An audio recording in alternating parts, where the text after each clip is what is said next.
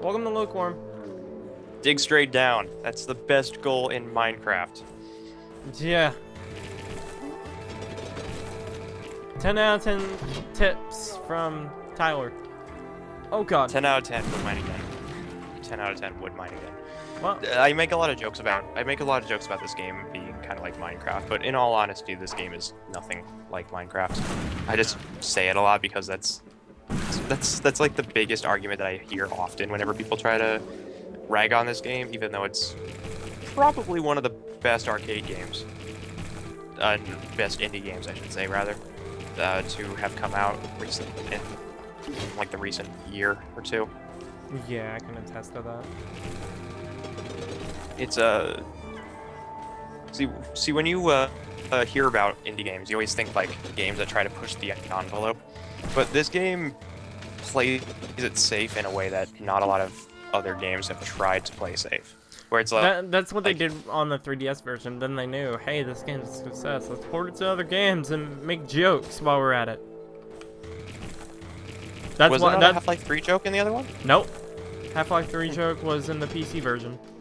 Because in the 3DS version, people wouldn't get it if they never got Yeah. Yeah. I get it. Leave me alone! Well, Son of a I mean that just bat. mean that means that it wasn't ported then. If it has console exclusive content to it. That was in well, it's not really console exclusive, like PC exclusive. Okay, I'm gonna die soon. I'm just gonna. Yeah, this once you get down into like the 300 meter area, this game gets fucking harsh. I'm alive. Like you really have to be careful. You're barely alive. Look at you. What up? You're about to become a pilot. Scrap in about 30 seconds. What up? That's Saying what up, bitches. yeah, that's cruel. Yeah, genius. Take Genius placement. I love how those guys can take fall damage. It makes them a lot more less threatening. Yeah. Yeah. Oh, thank you. Oh god. I could not go through that. Nope, no, I don't care. I don't care if that's Xyli or whatever fucking eye it is. I don't care. I'm not going for it.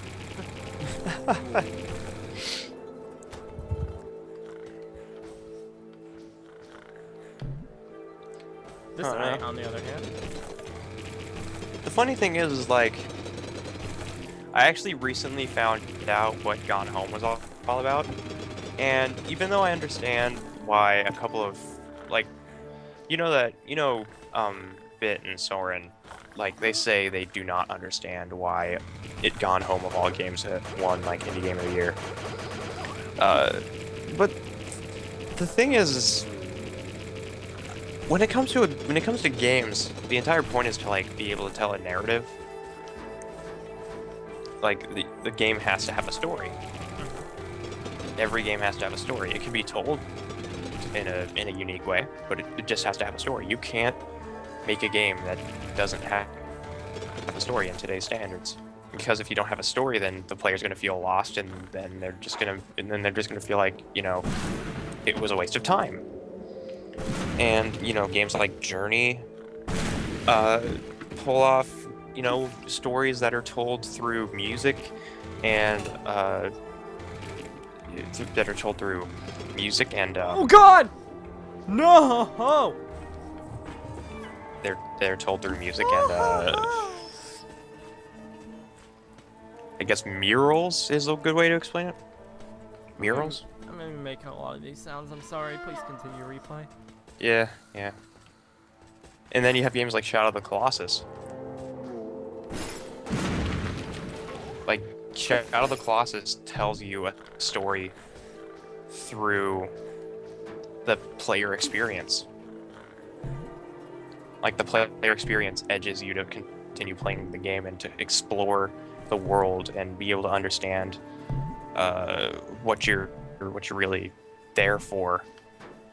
And the same thing goes for Journey, is like, the entire player experience is, why are you here, and you're instantly, and every time you press like the select button, you know, like the usual button you press in order to figure out like objectives in a game.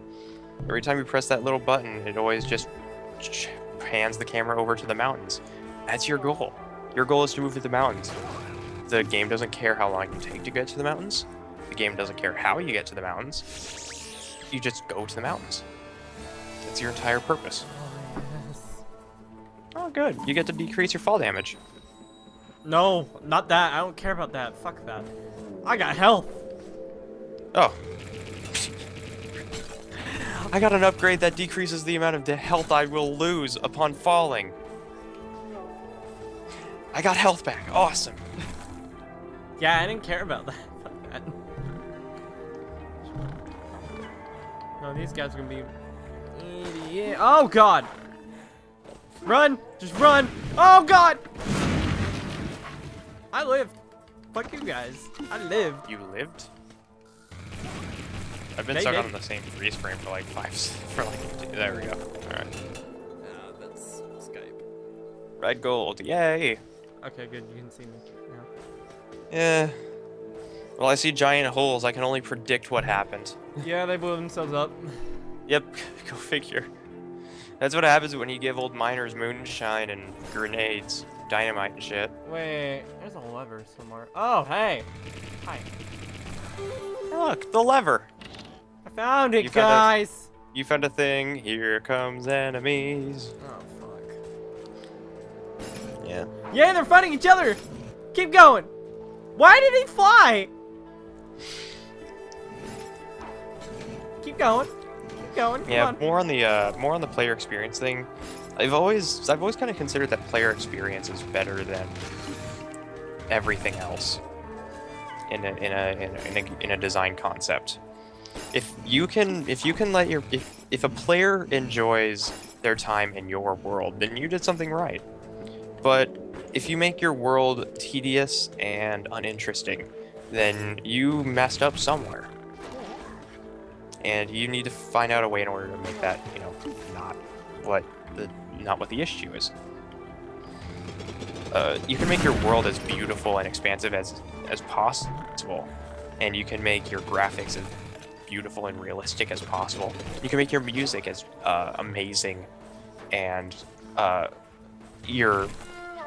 ear-gasmic as possible.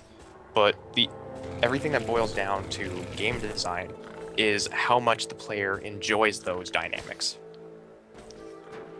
And that theory kind of proves itself with a game like Steamworld Dig, where, you know, it doesn't have hyper-realistic graphics. It has this stylized comic book like art style, and it aims to be like a kind of at-home feel, like a kind of at-home nature to players, where it's just, you know, 2D. It doesn't have to be 3D, and the gameplay kind of feels like a traditional platformer, but there's a bit more to it. There's a bit more depth to it. There's a story to explore, right? Right. That's what players want in a game. They don't want beautiful graphics or high-ended sounds or anything. They just want fluid.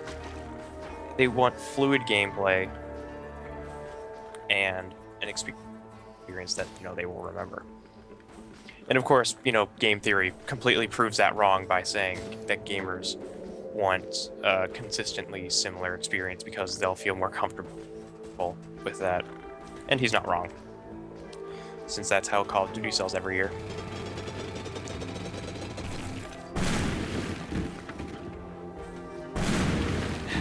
It's odd that this is your game that you're playing and I'm the one talking the most. Yeah, I was just thinking that, like, what do I say to add to this? Like, I have nothing. It's because like I'm the guy in the group that, for those of you who don't know, my life goal is to become a game designer. Like, that's my life goal, is to be the guy that you know. Sorry for the interruption, So- but yes! I'm You're alive. alive! You're alive, you made it. Half-Life 8 confirmed? Oh! I got the You had 8 achievement. uranium in your inventory. You had 8 uranium in your inventory. That was great. Congratulations. Congratulations. Swift pickaxe. I never picked that up for some reason. Super tank or oil lanterns. I can buy the oil lantern. I can't buy the super tank. I don't have enough orbs. Orbs. Yeah, this is where the upgrades get expensive. Might as well just use it for teleport, because running all the way back up for that teleporter was monotonous. Best. Yeah. Is there anything I can just buy? There's nothing I can just buy with gold. I gotta use orbs now. Yeah, I mean, I guess the thing is like the monotony is really based off of how you design the game. Like, if you just built it straight up, then it probably would be less monotonous than what you did. Because it would be just like, oh yeah, you just have to wall jump the entire way up. But like, the way that you built this cave is like zigzaggy. Well, no, it's the way it formed. That's the thing. When you get lower down, the cave forms kind of itself. Like those big rooms I kept fighting in with those mushrooms and those moonshiners and those fucking TNT barrels that didn't know what the hell they were doing. Yeah. That's the thing. That's why this game is like mostly strategy, because you gotta think of like how you're gonna get out. The game gives you a lot of stuff. It gives you the steam punch so you can hit items from a far distance. It gives you the steam jump so you can get up high. It gives you the wall jump so you can get out from where the game puts you. They give you all this equipment that allows you to choose how you use them. It doesn't tell you. It allows you to figure out what to do with them, but after that, it just lets you use it how you want. Like, I found out that using the steam punch kind of allows me to mine things from across like wide chasms. Like, or I haven't hit shown enemies this very like long rooms. much, but you can do that. Yeah, and you can like just open up like just free paths. It's a really good move. You can also use honestly. it like this. I should probably keep using this. I don't know why I'm because it allows you to like punch through a couple of tiles and hit enemies through. It's a really good move. Oh, I love how he takes like a lot of fall damage if he falls. Like just one hit kill. I love that so much. Yeah, because he's fat. Fat temple lard. Well, that's what moonshine does to you, bro. Oh wow, I did not buy dynamite. Oh well, there's some dynamite there for you, buddy. There's a lot of health right there. Holy crap. And when you don't need it.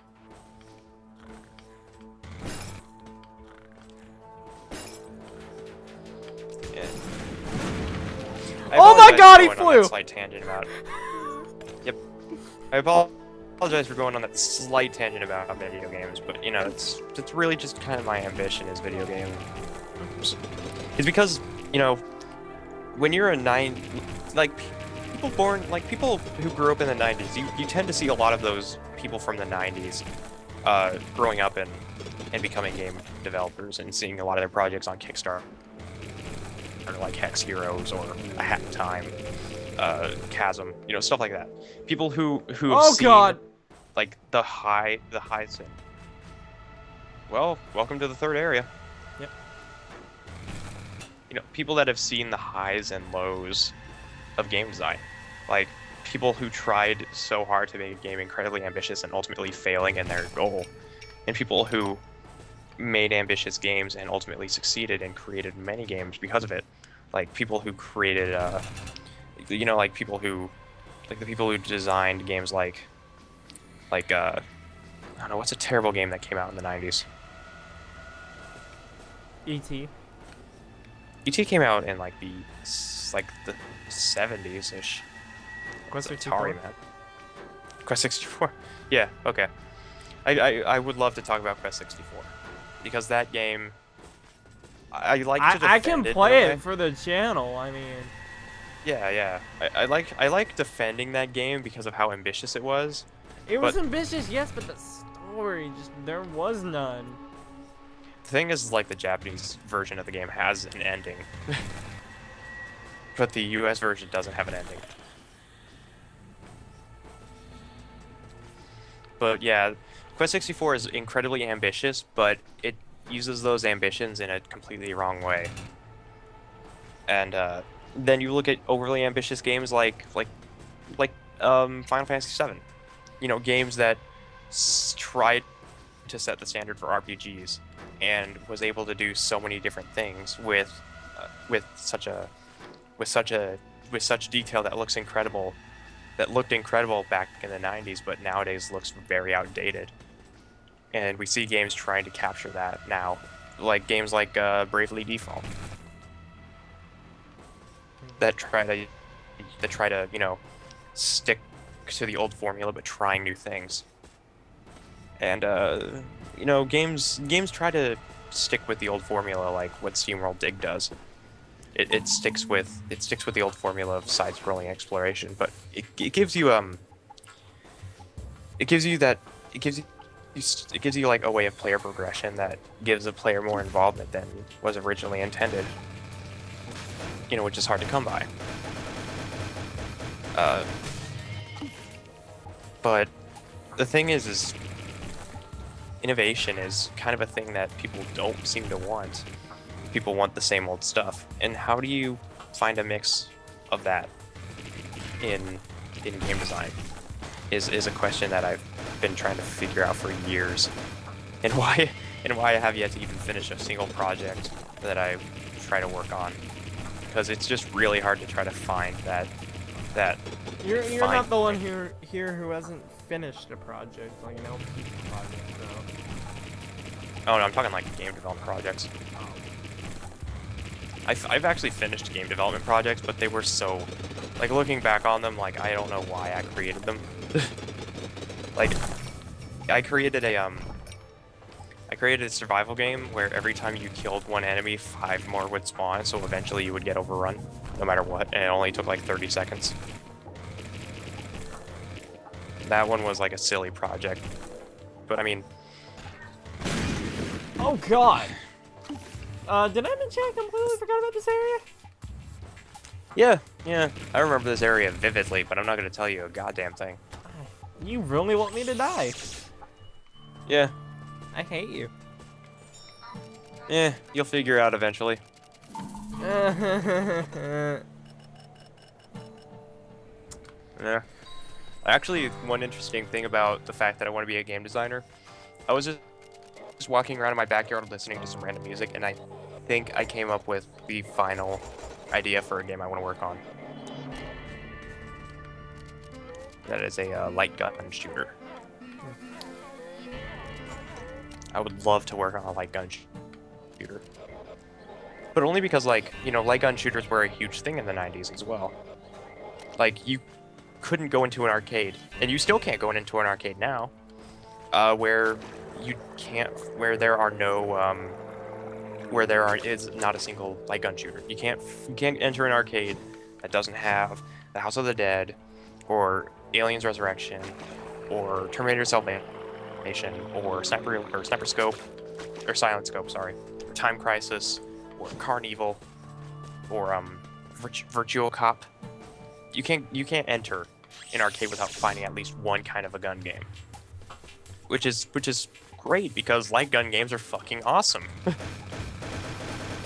Like, I would love to handshake the guy who came up with the idea of a light gun game,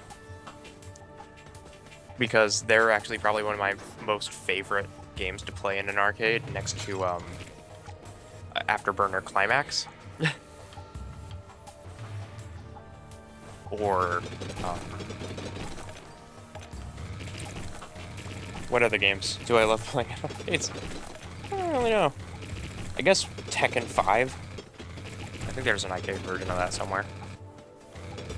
But yeah, I don't know. Light gun games were always just like a huge part of my childhood, so I wouldn't mind working on one. And like, the stupid idea that, like, the silly part is like I create an idea that's like so ambitious that I don't know how to work on it. Like, my ambitious idea is to make a light gun game where you use the Razer Hydra controller, which is a mouse with motion control sensors in it. So if you have the SDK for it and you build it into your game, you can like play a game with motion controls on your computer. That's the point of the Razer Hydra. And have that with the Oculus Rift, so it's like a 3D, like a fully 360 light gun game in a way. And make a light gun game out of it. But I know that in the development process, at least one of those things is gonna die, and it's probably gonna be the Oculus Rift thing. Because, Facebook. you know... No, not Facebook. It's just because of, like, how overly ambitious the idea of a 3D light gun game where the player has full range of motion with their bodies and everything is a bit overly ambitious for a light gun game where it's meant to be arcadey. So I don't know. Just the I don't know. It would be nice to make a light gun game like that. I don't know. We've already seen people come up with crazy ideas for like old concepts. You know, like rhythm games. Because there's one game that I've been keeping an eye on for a long time, and that's Crypt of the Necrodancer. Crypt of the Necrodancer looks phenomenal. It is a roguelike RPG that you can play with a DDR pad. And there's nothing that pleases my heart in the world than a game idea that uses other game ideas in such a phenomenally awesome way. Trick to this area. Yep, there's a trick to this pony. Oh, damn. Alright, that gets rid of my idea that these were one shot. I was so afraid of getting shot by these things because I thought they were one shot. Yeah, they're not one shot. They just deal a lot of damage. Oh, shit. See, I'm stuck right now because I can't. Because these lasers are destroying those as fast as I can get up there. Good old laser beams. God damn it. Oh my god. Yeah. Yeah, this is a pretty tedious bonus room. Oh my god. I'm up. Yes. You did it. I lost a lot of health in the process. Yep. But this is a very you did it. rewarding one. Yeah, because you get a lot of ore and you get quite a bit of gems. Yeah, but By the way, not to shock you or anything, but you're almost out of light. I'm not surprised, to be honest. I mean, you do have a teleporter on you, right? Nope. Well, I believe in French that is called being lay fucked. You have your pickaxe.